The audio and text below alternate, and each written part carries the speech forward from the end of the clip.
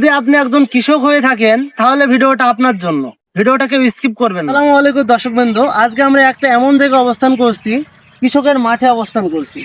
তো এই কৃষকের বুদ্ধি দেখলে ভাই আমি একদম অবাক হয়ে গেছি, আপনারাও অবাক হয়ে যেতে পারেন।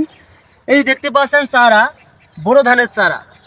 যে চারাটা এই যে এখন শীতকালীন একটা ফসল ধান, তার নাম বড় ধান। এই বড় ধানটা এখন লাগাবে, সেই জন্য চারা দেওয়া হয়েছিল। তো চারাটাকে অতি তাড়াতাড়ি এবং দ্রুত বড় করার জন্য তারা একটা অভিনব কায়দা অবলম্বন করেছে। এই দেখতে পাচ্ছেন পলিথিন, এই পলিথিনের নিচে কি জানেন?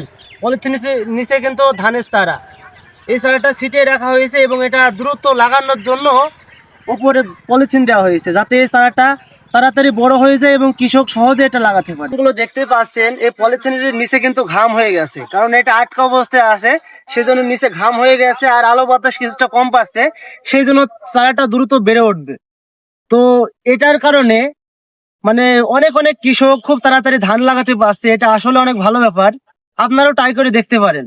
তো আজকের মতো এই পর্যন্তই, দেখা হচ্ছে পরবর্তী কোনো ভিডিওতে। আল্লাহ হাফেজ।